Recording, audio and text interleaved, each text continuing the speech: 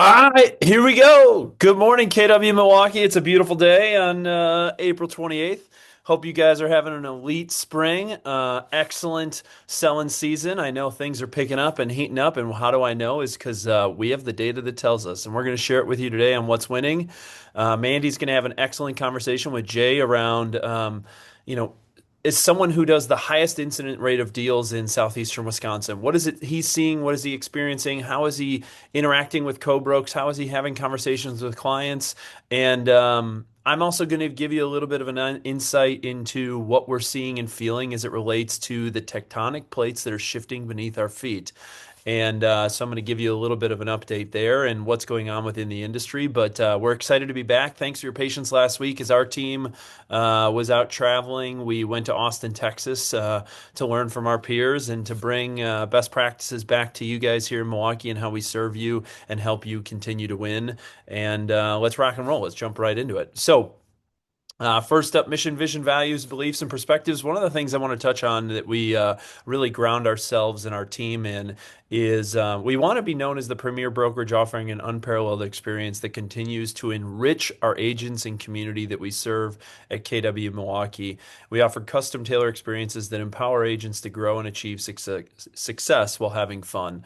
And one of the best ways in which that community comes together is through Red Day.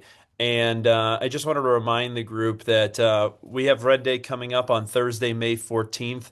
As it stands this morning, we had 171 volunteers already registered, and we are incredibly excited and looking forward to pulling the group together to give where we live. Red Day has been something that we've been participating in for the last 10 plus years and giving back across a variety of organizations in southeastern Wisconsin. And this year is no different on May 14th. If you have yet to register, we encourage you to please sign up. Most of the activities are from 9 to noon, so it's not taking up a day, but it's a great way to recharge your battery, really kind of learn from your peers, collaborate with your peers, build a sense of community at the same time, giving back for our community where we live, work, and play. Throughout the month of May, throughout April and May, we are collecting shoes for Souls for Jesus, as well as gift card drives for Bridge to Brighter, Emmanuel MKE, Camp Whitcomb Mason, and Courage MKE. So we feel free to drop those off at any of our locations, and we will make sure we get those into the hands of the organizations that we look to serve on May 14th. And if you haven't yet registered, please do so. The registrations are open. One other thing that I wanted to touch on is we have a little bit of an organizational update for the group to make aware of as it relates to our compliance team. And over the last 4 years, Andrew Keel and his wife Nicole have been incredibly dedicated servant leaders within our environment. And good news, bad news. Good news is Andrew and Nicole and their business, their sales business is heating up, and they want to dedicate more of their time and energy and towards building scale within that way. And with that, Andrew will be stepping away from his role as the compliance broker, really helping in a capacity where he was helping in a capacity was our lead compliance broker within the Prestige location, as well as support on the compliance helpline and a lot of back end things that we do from a compliance standpoint. So I just wanted to thank Andrew for his service on our team. He was always incredible, always willing to raise his hand, jump into the fray, and really just been a dedicated member of our community. So I wanted to thank Andrew as he begins to transition out of the compliance broker role in more 100% dedicated and focused on his sales piece of his business. With that, we're also incredibly excited to welcome what will be Andrew's replacement. We are incredibly excited to welcome Eileen Nelson to our team. Eileen, for a little bit of a perspective, is a longtime industry veteran. She had spent some time in the Keller Williams ecosystem with us at KW Milwaukee, and then went on to become the managing broker at the First Weber North Shore and Mequon offices. And with that, as we had an opening and we were searching for talent, we were incredibly excited to welcome Eileen Nelson back into the fold. She will be joining our compliance team led by our chief compliance broker, Kimmy Herbert. And Eileen will be jumping on to help with the compliance helpline. Will be the lead now in Prestige, as well as a forthcoming location that we will be opening soon. More details details forthcoming in Mequon. But then she will also be helping Kimmy in the background with compliance review. We're on pace this year to do north of 7,000 transactions. And it's just a sheer amount of compliance review, a lot of complexity, a lot of questions. And Eileen and her 20 plus years of service to the industry, we cannot be more excited to welcome her into the KW Milwaukee fold and supporting you guys within the compliance department. So please, when you see Eileen in and around the offices or our locations, please welcome her with open arms, introduce yourself, and we're excited to have Eileen back in the KW Milwaukee ecosystem. Sweet. Just wanted to provide the group an update too. Here is our current org structure and org chart. Sometimes I get questions from agents or associates or team members in terms of what does our org chart look like. And one of the things I wanted to kind of ground the group on is the way we look at headcount is very similarly to the way that a school thinks about teachers to staff or teacher ratio to student population. And we are no different. We always look at it from an agent and associate experience standpoint. How do we have touch points that right now our ratios are, we have one leadership team member for every 20 to 25 agents. And we treat it very similarly like to a school is we want to make sure we have direct contact with our associates, direct touch points, and then we look at where the capacity of the resources of what we want to do to pour into you and how we allocate those resources. So you can see whether it's from a compliance standpoint in agent services, tech and marketing, training and education, finance and operations, everything we do, we're looking at these ratios and allocation of resources to make sure that we're enhancing your experience and adding headcount to elevate the experience that you have so that we can help you win more deals, grow your businesses, and help alleviate any sort of pressure or stresses that you might have in any sort of deal, products, or services. So wanted to give you guys a quick update as to what that looks like and how we think about how we serve you on an everyday basis. All right, with that, last time we were up, and admittedly, I was sick as a dog, but I gritted my teeth and we got through it. We celebrated March Cappers, and because of the sheer amount of March Cappers that we had split the group up into two different groups. And so that with that, I'm excited to celebrate a handful of folks who capped in the month of March. First up, this person has been in our environment for a long time, is what I would call one of the OG culture keepers. Admittedly, if I ever went to jail, she might be my first phone call because she never has judgment, is always willing to serve, always willing to give back. And I say that jokingly, but also lovingly because it's just who she is as a person. Congrats to Sarah Oberbrunner for capping in the month of March. Next up, an incredible person over in the North Shore.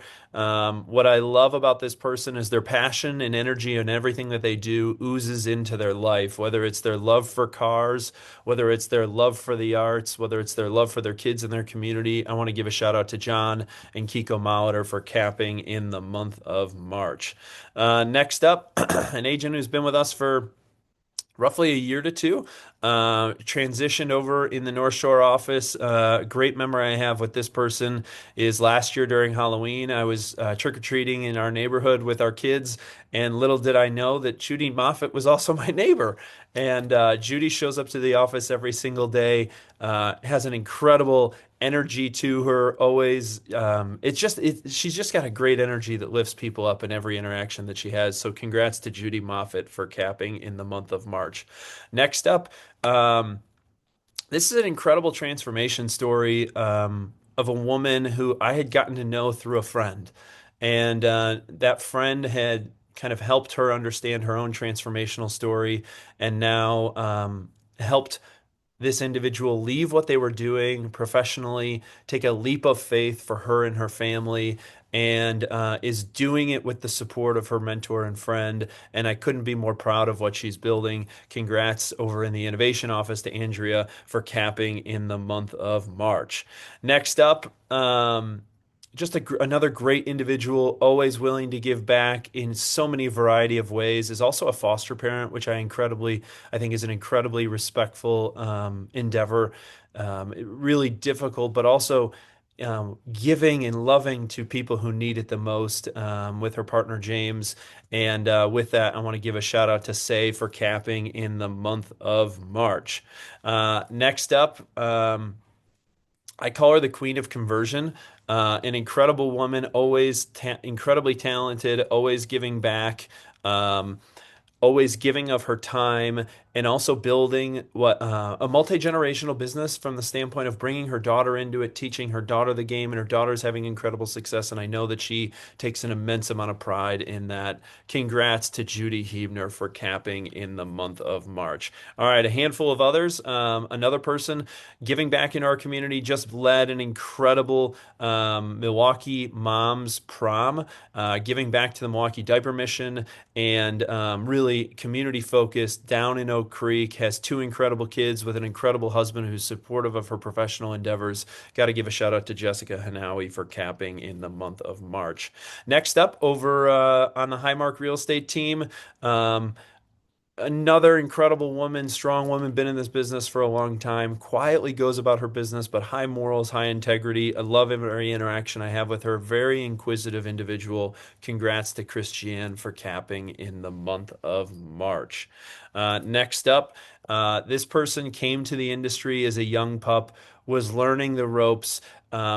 Jumped into Amanda Schroeder's mentee apprenticeship program that she was building out. And Amanda, I believe, has really transformed this person's life, and they're really coming into their own now for the last several years that they've been in this business and excited about the direction that they're heading. Congrats to Nathan Baraki for capping in the month of March. And then lastly, for the month of March, another incredible individual, relatively new to the business on Highmark Real Estate team, has got a great energy, just an absolute dog who loves to go hunt. I got to give a shout out to my guy, Tyler Blair, for capping in the month of March. So congrats to our March cappers, an incredible group of folks, really talented people that are doing incredible things, not only personally, but professionally, and excited and honored to be in business with you all. All right, so with that, I wanted to jump on to give you guys some industry insights because there's something that happened yesterday that you might have been paying attention to, you might not have. And I thought it was important to kind of walk you through what's going on within the industry at a macro level. Admittedly, I don't think this has anything to do with your clients. It's more so of me keeping you informed about what's going on within the industry and why certain things are happening within the industry. For the last several years, there's absolutely been a theme of consolidation. Consolidation has been happening for a variety of reasons, and consolidation does typically happen post shift. So we had an incredibly robust industry for the last 10 years leading up to 22, and then there was a massive shift that happened that occurred within the industry in 22, 23, 24, 25. We're still kind of feeling the effects of that. And when shifts happen, consolidation happens. And so what we have seen across the industry is this basically this competitive forces at play. Okay, and I wanted to help. I've described this verbally to a handful of folks in a variety of different ways, but I thought I'd give it to you visually. And what the competing forces of the tectonic plates beneath your feet is happening is in the center of it all, there's the agent who has individual relationships, and those individual relationships control listings. And the byproduct of those listings creates an environment and an ecosystem that basically is our industry. And I wanted to walk you through what that is and what that looks like because it is going beneath our feet, and you need to understand why those forces are at play. And so, for the longest time, the agent had a relationship with two major players within the industry. First was brokerages. Agents associate themselves to a brokerage. The brokerage provides them products, services, mitigation of liability, compliance, so on and so forth. And with that relationship is the MLS, and the MLS is very simplistically the platform that helps consolidate the access to information for the free market to do what it does. And for a long period of time, the industry operated with this triangular relationship between the agent, brokerages, and the MLS. And I'm a big believer in the free market. I believe that the free market will naturally course correct things as things swing one way and swing another. Um, and then in the 90s, early 2000s, and really into where we are today, there was a third major player within the market, which was the portals.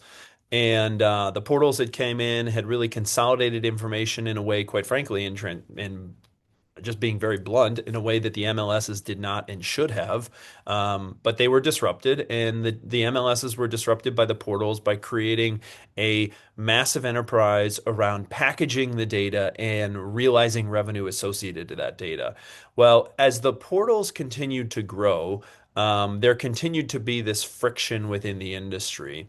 And the friction first started with the portal wars between the portals and the MLSs, and has now since transitioned into this effectively coming out of a variety of different factors, this like triangulation of tug of war. And the triangulation of tug of war really is on the backside of what we experienced associated to the industry lawsuits as it relates to commissions. And I've shared this before previously. I never thought that the class action lawsuits were really truly ever about commissions.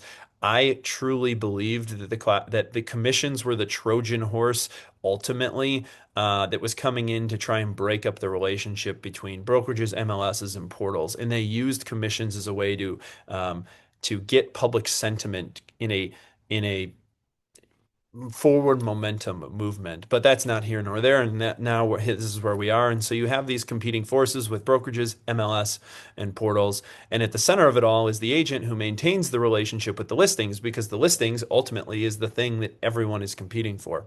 Well, at the end of the day, my when people ask me, what do you make of this? You simply have to follow the money. Okay, follow the money. Why are the portal wars, or why are all these different things happening, and how is it impacting our industry? And again, the goal of this is not to make it have zero impact from a consumer standpoint, but much more to make you more so aware, so that you are educated in the event that it comes up in conversation, or to alleviate fears or anxieties of like what's going on, what's happening within our industry.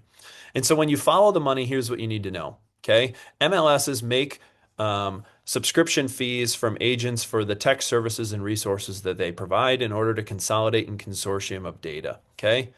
Brokerages make money by providing good services and resources to agents. And yet, here's the caveat that I will say: most brokerages are saddled with debt and are losing money. They make more money, the MLSs, but they're saddled with that and they're losing money.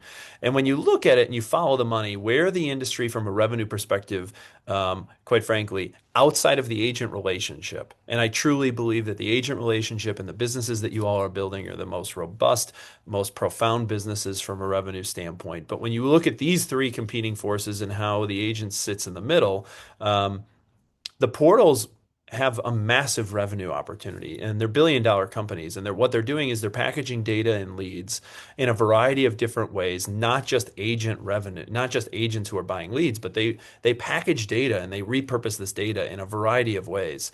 And so you have to understand that these forces at play, and the agent kind of sitting in the middle of it, is kind of what is driving this consolidation effort within the MLS, or sorry, consolidation effort across our industry. And then, you know, and then you have the Association of Realtors, which is one of the most powerful trade associations in the US, kind of on the outside looking in, trying to play the peacekeeper and make sure that the free market works as a free market enterprise. And that they serve a purpose. They absolutely do. Um, so I wanted to kind of, take a little bit of a deeper commentary in terms of what do I believe is going on and how it plays out. So if you remember last year, Compass decided to buy Anywhere Brands. Anywhere Brands is everything from Coldwell Banker to Sotheby's to Long and Foster there's 21 brands associated within the Anywhere transaction. And it was a game. It's Compass is understanding, and every company is understanding that we're in a game of economies of scale, and that you have to create economies of scale in order to compete when you're competing in these three forces at play for the listing and data relationship. So then fast forward yesterday, Real made the announcement that they had purchased the rights to Remax. Real is about a 40,000 agent brokerage across globally. Remax is about 140,000 agents globally. It's an interesting play from a macro perspective. One of two things was going to happen to both of these guys. Either Real was going to be acquired, or Real was going to find the money to acquire someone else. Remax was absolutely on the sale block. They had 480 million in debt. They were not growing. They were going backwards. They were a publicly traded company, and they had no option. It was no shock to anybody that Remax was on the sale block on a macro scale. So yesterday there was the announcement that Real had purchased Remax. Similarly, following the money, you might be saying, "Oh, what does this mean for me?" In my humble opinion, I don't think this makes much of a difference for us locally in southeastern Wisconsin for a variety of reasons. But what's interesting in it and what you have to pay attention to is, again, follow the money. Yesterday, if you just look, Remax Holdings stock price from a share investor standpoint had a jump. Pretty substantial jump. It was up 30% in one day. Why does this happen? Well, Remax shareholders received a share price offer from Real at $13.80 a share, which is 50% higher than its trading value. And so the response within the markets yesterday was investors are rewarding a company that had nearly 430 million in debt and shrinking agent count, shrinking revenues, and they received a lifeline. And it was quite frankly the worst kept secret in the industry that Remax would be acquired. There was some thoughts that maybe KW would acquire him. I don't know. I wasn't a part of any of those conversations, but it was well known that Remax needed to get out from underneath their debt, and their share price responded accordingly.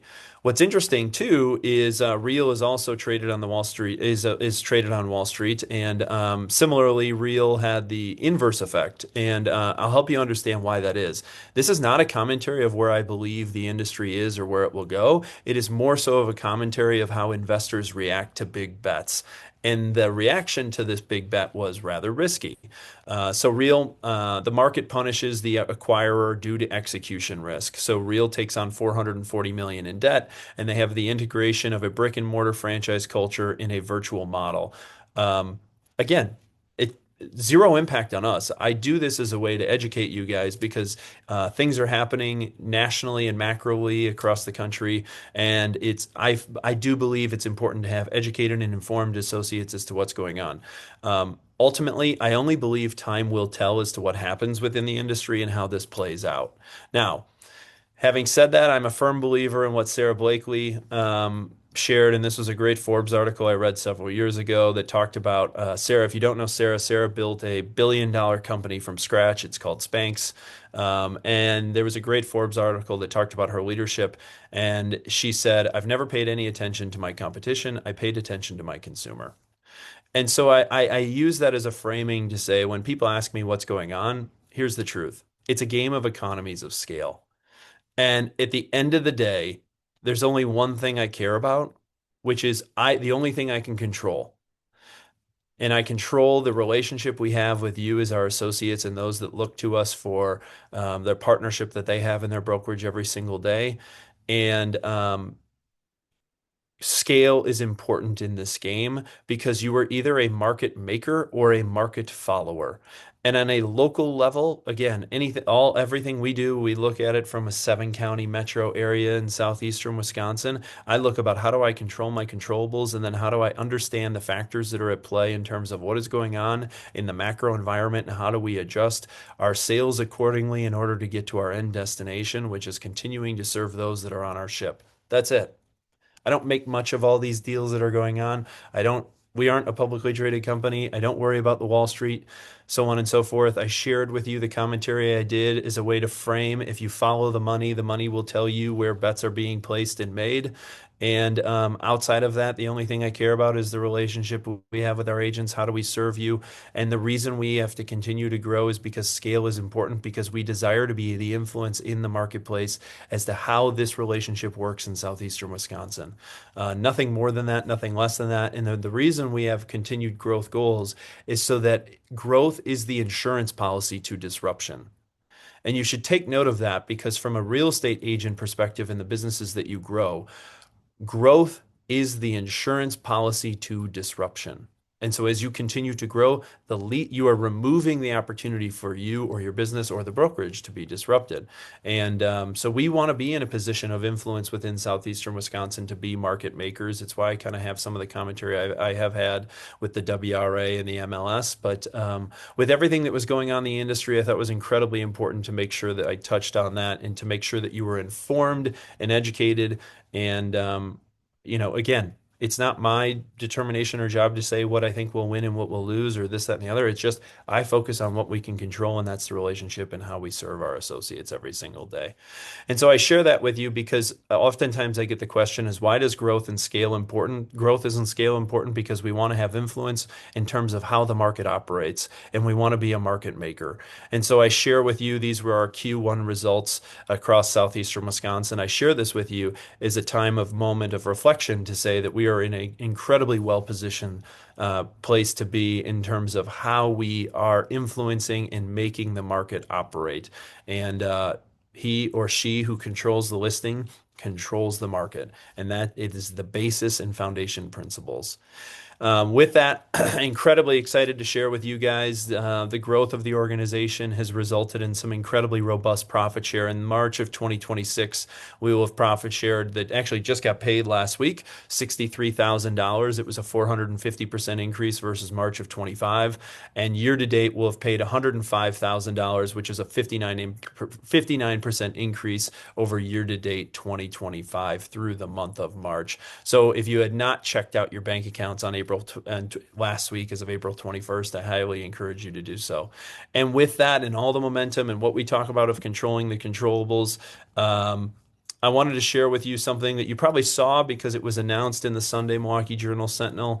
But we're incredibly proud and quite frankly,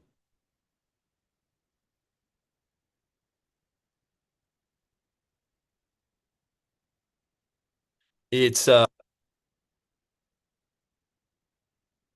we were yet again named the number one top overall workplace. And from the bottom of my heart, I share an immense amount of gratitude. I take the most amount of pride in cultivating our community. And we do this survey through the Milwaukee Journal Sentinel as a way to benchmark how are we doing and performing as it relates to our relationship with our associates.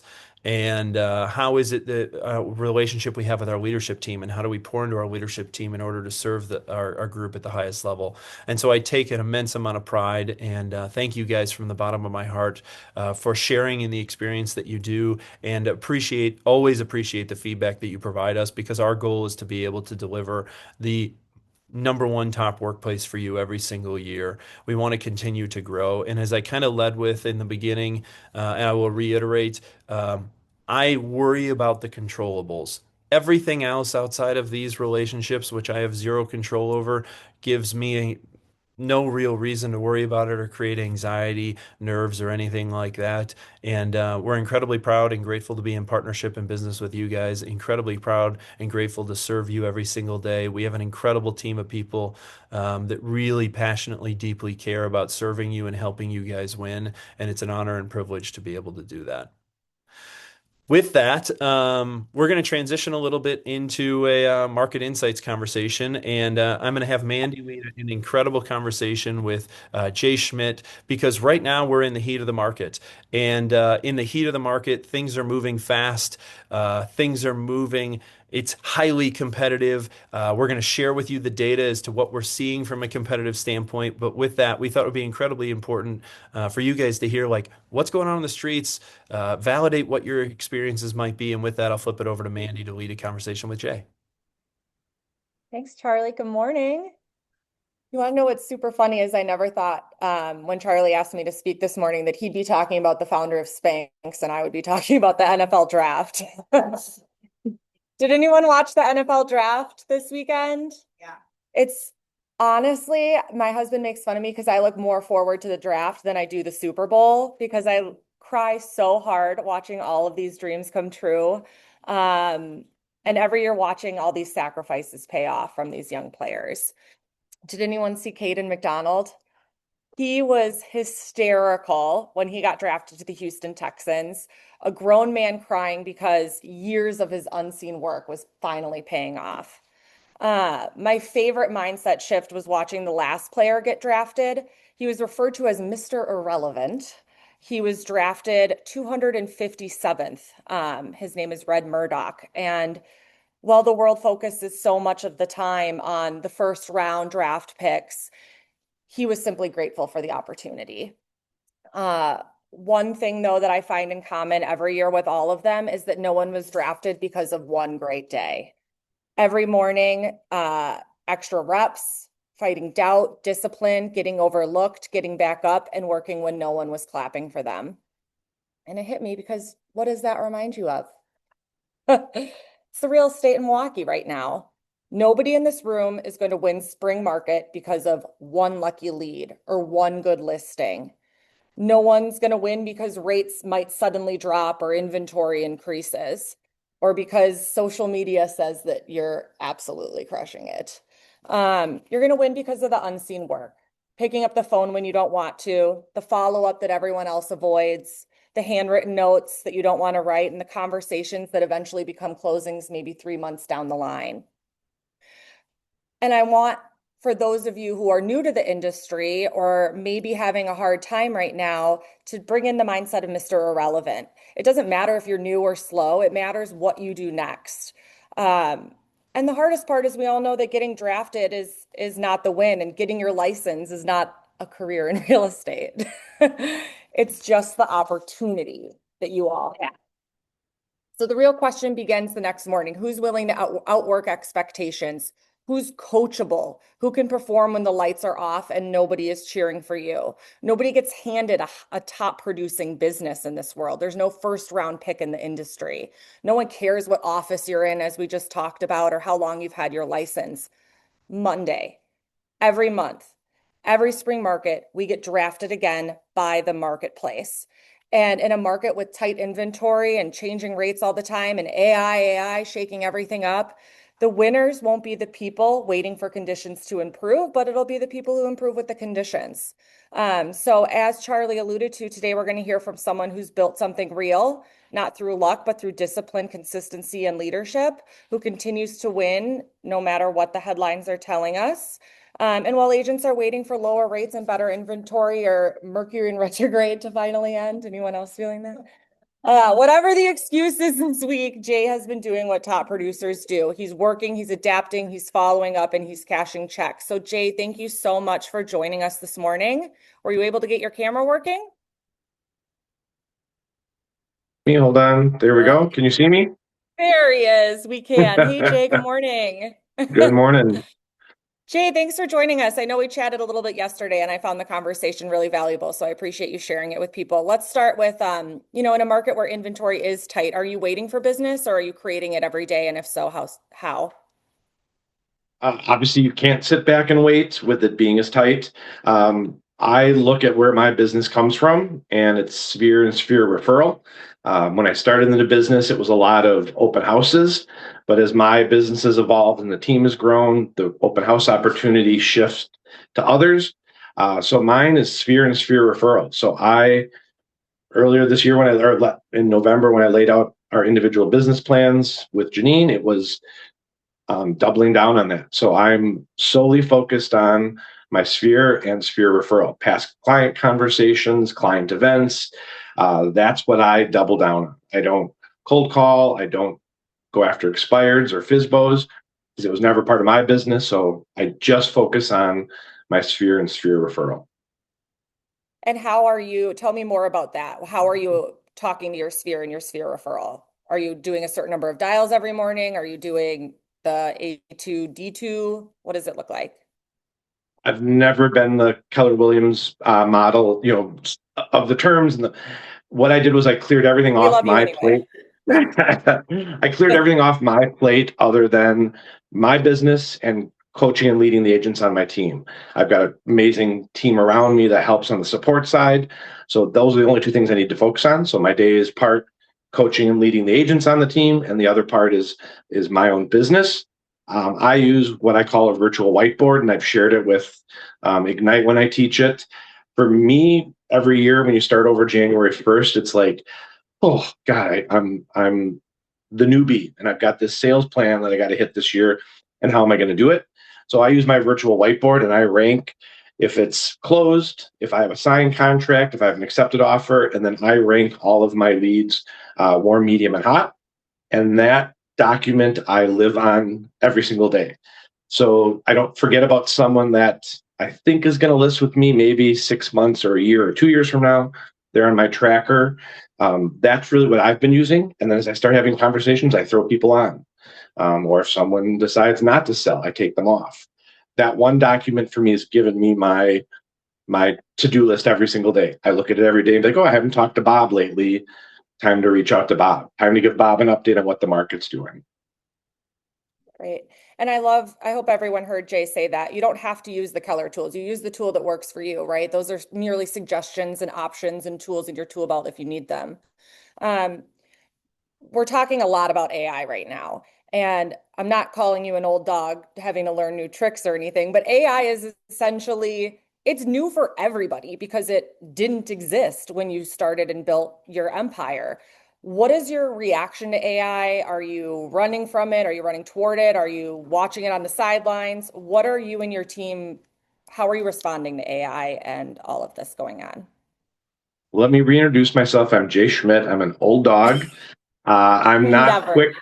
I'm not quick on the new tricks. I'll be honest. I have, again, an amazing operations team, an inside sales agent, a marketing team. They're discussing it and they'll bring the opportunities to us.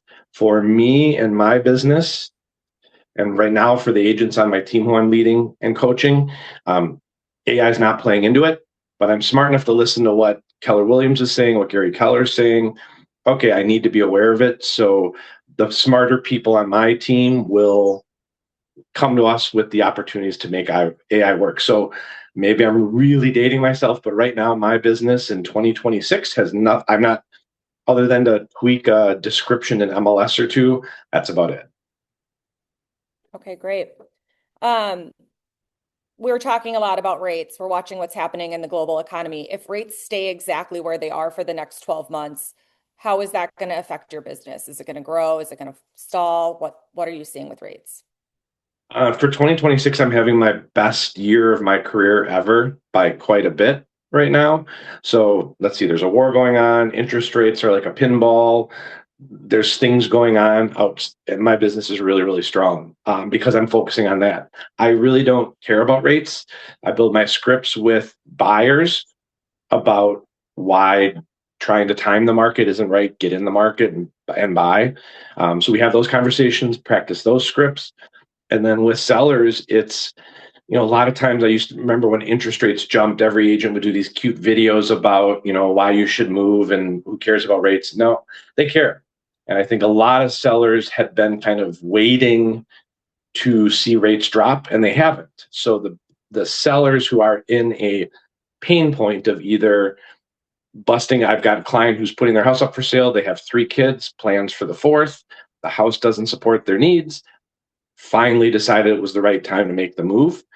So I'm focusing on the client and what their specific need or pain point is and making sure we execute to that. So I'm not going to convince anybody to sell their house for a luxury move if there's not a pain point, because nobody in their right mind gives up a 3% interest rate unless there's a benefit that works for them.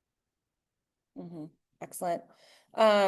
I know you're mainly focused on sphere, repeat, and referral. So this might be more so how you're coaching your team. But how are you growing your number of people in Milwaukee who know that you're the agent or you're the team to call? How are you weekly growing that number? We have a big database and we do touch it because I think the statistic is 6% of your database should be in business with you every year. So we aren't there yet. We keep getting better and better. So continuing to touch our database matters, having client events, market updates, CMAs for our house. Our inside sales agent, Andrea, our customer concierge, helps all of us on the team to use the tools to engage our database. We do use social media. You get a lot of people searching on Google or Zillow or Realtor reading reviews.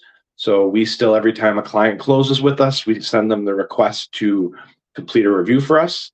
Something we could probably get better at because reviews matter and your presence in the market matters. But I don't have a face for social media, so I am not the Charlie Walker, the Emily Walzak who do amazing videos. Not my jam, not my skill set. So I'm going to let someone have that lane, and I'm going to just kind of focus on mine. I heard database, touch it, database, touch it, database, Yep. touch it. Focus on your top three. All right, I'm going to ask you one more question. So 1 year from today, what I love whenever I meet with you, Jay, is you are always, you know your business extremely well. You always are looking at your bottom line, your dollar, you know, what everything costs to get to sale. You're looking at the numbers. So I know you're very clear on your goals. What must be true for you to say 1 year from today that this was your best year ever? I'm going to answer it two ways. First would be my personal business. I have a sales goal personally, and Janine and I kind of restructured how we work. We've always worked together as business owners together, but also selling partners together. And we decided the business kind of got big, so we kind of each run our own book. Janine has Annie working with her, and I have Adri working with me. So we are able to really focus in on our business more, yet still leave time to coach and lead the agents. So, I've got a sales plan. I'm absolutely crushing my sales right now. So I that maybe I should say some more altruistic thing of what's going to make a great year. But for me as an individual sales agent, it's beating my numbers because I sell real estate to provide for myself and my family. But then when I look at the other bigger piece of it is, what does success look like as a leader of a team? And it's helping each agent hit their numbers, drive the business and build the business that they want to do, and have a whole hell of a lot of fun doing it because there's too much drama out in the world in real estate, I think, at times. And I always love the agent like, oh, I'm so busy. I'm so busy. Well, God bless you for being busy because that means you're actually going to get a paycheck. So Yeah. I want to have it that we're having a blast. Agents love being on the team, are proud to say they're an agent on Highmark. And quite frankly, as a business owner, I've wanted to profit share and treat our team like a little mini market center. And we've never achieved. And right now we are on our goal through May. We're up 16% over last year. Our profit P&L is buttoned up, and we're going to be in a position to finally start sharing profits on our team with our agents. That's awesome. Congrats, Jay. Thank you so much for your time. Really appreciate it. Absolutely. All right. Absolutely. Go Brewers. That's right. I heard this old adage about two agents in a slow market, and one of them complained all the time, and the other called people every day. And I wonder who woke up and said, "Wow, my business just picked up." All right, so appreciate hearing the stories through Jay. We're going to take a look at the market insights. We did update our what's winning here for you today, knowing that we're getting through spring market here. So here you'll see the updated chart. This will be uploaded to kwrealtymke.com, but we're looking at what's winning for March and April. March and April, list price to offer price, we are writing up 1% at 103%. For earnest money, we're looking at 1.5% or roughly 7,600. When it comes to the inspection contingencies, we're seeing a shift more into no. So a strong 56% are not asking for an inspection contingency, 44% are. Cash offers versus financed, remaining around that same line, a little bump up from 21 to 25% being cash and 75% being financed. Average down payment, lowest we've seen at 15%. And our last data point here, oh no,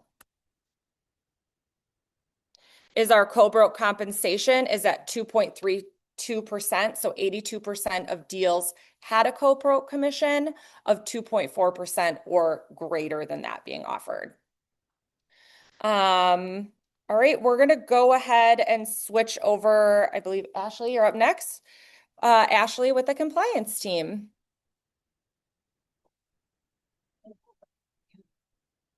Good morning. So we're just going to go over a few things that we've gotten a lot of in the last couple weeks, just so everybody's kind of on the same page. One thing that I've seen a lot more in the last 2 weeks than I have in probably my entire career is people that are getting gift money from somebody like a parent, having them pay the earnest money. That's something that you want to discourage them from doing. The lender doesn't like that, and they're going to require that the earnest money be removed from the offer later on, which can be kind of a pain to get everyone to agree to. They're not going to fully understand the reasoning. So the best plan of action is if they're going to be getting money, that they have that done into their account with the gift letter the appropriate way, not by paying the earnest money up front.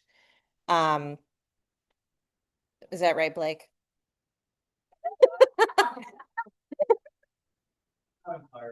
Okay, we've been getting a lot of it though, so like I'm just bringing it up. So I would just check with the lender. How about that? Check with the lender. Okay. It would be considered legislative, Okay. but you wouldn't.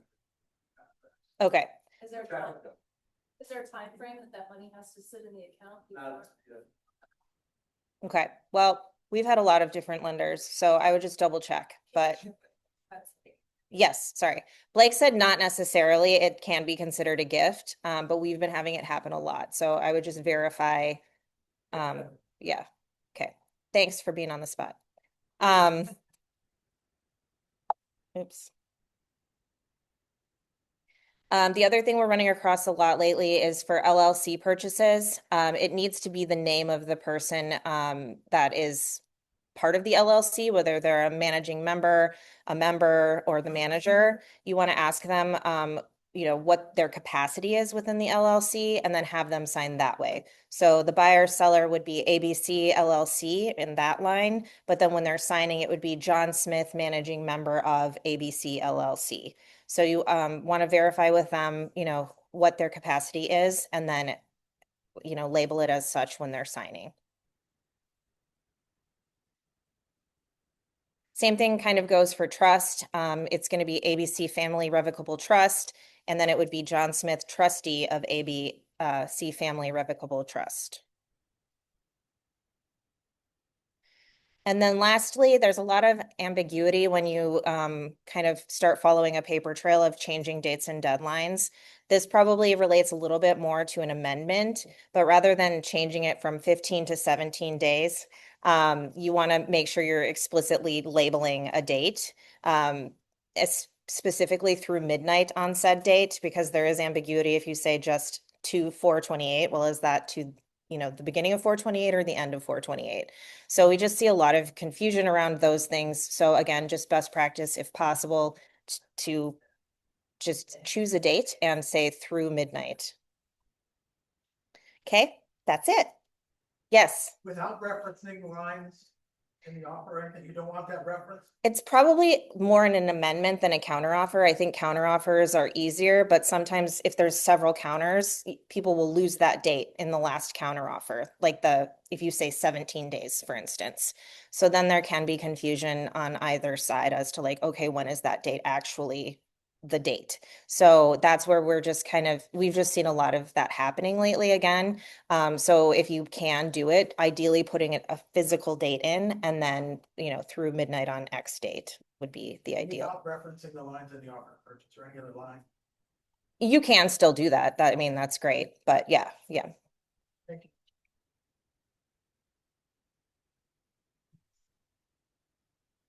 Okay, I'm next.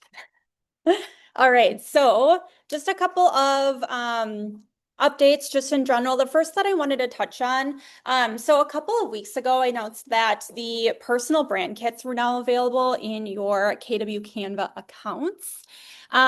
So I wanted to touch on a couple of other really exciting features that are included within these accounts. And so just a reminder that these are free to every Keller Williams associate. Now everyone's heard of the phrase work smarter, not harder. That's essentially what Canva AI is here for you to do. So there are hundreds, if not thousands, of pre-made templates within these Canva accounts. But using Canva AI is here to help you with eliminating some of that time of you scrolling through, trying to find the right template.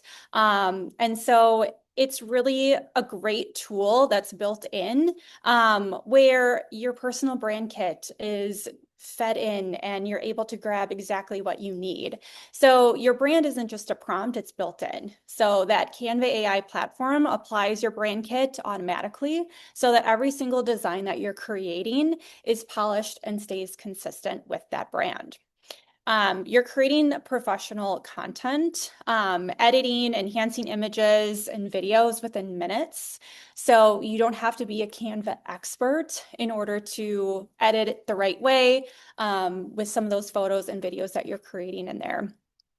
So you can also feed it your ideas to bring those ideas to life within seconds. So creating those social media posts, those reels for social media, any visuals, listing materials, anytime that you need them. AI is going to get your vibe. So Canva AI is even going to learn your tone and your style. So keep in mind that with that personal brand kit, you're feeding it with your fonts, your colors, and your brand voice as well. So it knows exactly how you're going to stay authentic within creating your marketing materials in Canva. And you can edit the content that you're proud to share. So again, enhancing those images, cleaning up backgrounds, fixing lightings on photos, everything like that. So some really exciting tools. They're even enhancing Canva AI 2.0 is coming soon. So there's going to be even more tools with the AI platform that's built in within Canva coming soon. So if you're interested in learning more, this is actually the topic for our tech-powered agent workshop this Thursday at 11 a.m. We're going to host it in person at the Innovation Space in Wauwatosa and also on Google Meet. If you can't make it in person, join us on Google Meet. In addition to Canva AI, I talked about this quite a few months ago, but listing data automatically feeds in from the MLS into your Canva accounts, which is super exciting. So you can connect to the Keller Williams app. So when you're in Canva, you have all of those additional applets that you can utilize. And Keller Williams has their own applet that you can search and find and connect it. So what this does is it pulls in all of the listing data from our Metro MLS. So you can search by address, you can search by MLS number, and you can pull in your listing photos and data directly to the designs that you're creating. Not only that, but you can also pull in your marketing profile from command. So your headshot, your logo, your bio, your contact information, everything can be fed directly into your Canva accounts using this KW app. So really exciting stuff, things that will save you time when you are creating these marketing materials, social media materials for your business. All right. So again, canva.kw.com. Log in with your command credentials. It's 100% free. And if you need help with setting up that personal brand kit, scan that QR code. That'll provide you with some additional details as well. Okay, we're back with Battle of the Vibes, you guys. Just want to say congratulations to our, not only our Battle 2 winners, but Battle 3 winners. So congrats Veronica and Rashadim and Maggie and Ricky and Allison. So this week we have our Battle 4, our final battle of round 1. We've got Wisconsin Premier Realty Group versus Wisconsin Haven Realty, and we've got Charlie Walker versus Level Up. So check out these videos. They're posted on our Instagram stories, KW Realty MKE, our Instagram page. Those are live right now on our stories. So go vote for your favorite. Voting lasts for 24 hours. So it'll end tomorrow at 9 a.m. and winners will be announced on Friday. All right, guys, I have one more quick announcement regarding DocuSign. The Keller Williams DocuSign accounts will be sunsetting on July 1st, 2026. So what does this mean? agents will no longer have access to these DocuSign accounts. What we'll be doing moving forward is utilizing the AuthentiSign, which is built in and is ZipForm's e-signature platform. So moving forward, we'll be training specifically on AuthentiSign versus DocuSign for those e-signatures. And all documents that you've sent through ZipForm in the past, those will still be accessible in your accounts for reference. Now, if you use DocuSign exclusively and are currently using that at a high level, let myself or Kathleen know, and we'll help you with kind of next steps on kind of migrating out of that system. But just wanted to give everyone a heads up to kind of plan for that in the future, just knowing that those will be sunsetting on July 1st. So keep an eye out on our May training calendar. We will be having training on this new kind of process. And a lot of you have already been using AuthentiSign too. So we'll be training on that in May. So take a look for dates and times for that. Lindsay, Yes. does high level refer to frequency or competency? I would say if you're, the question was, does high level refer to frequency or competency? So great question, Pierre Gossman. No, so if you're using DocuSign for drafting and e-signatures, that's where I would say come see myself or Kathleen. But if you're using ZipForm to draft documents and you're just connecting DocuSign for e-signature, then you don't have to worry too much about it. We'll just help you train up on how to use AuthentiSign. Thanks So, very much. yep. All right, we had a lot of information this morning, so thank you, John, for volunteering to move the mortgage minute to next week. If you have questions on interest rates in the meantime, reach out to anyone at Cream City or your lender, as well as the training and events. We have a ton coming up, so please refer to your weekly email you get from Kathleen, as well as the training calendar online. And we'll just close with this. Spring market doesn't belong to the most talented agents. It belongs to the most consistent ones. And the next 60 days can change your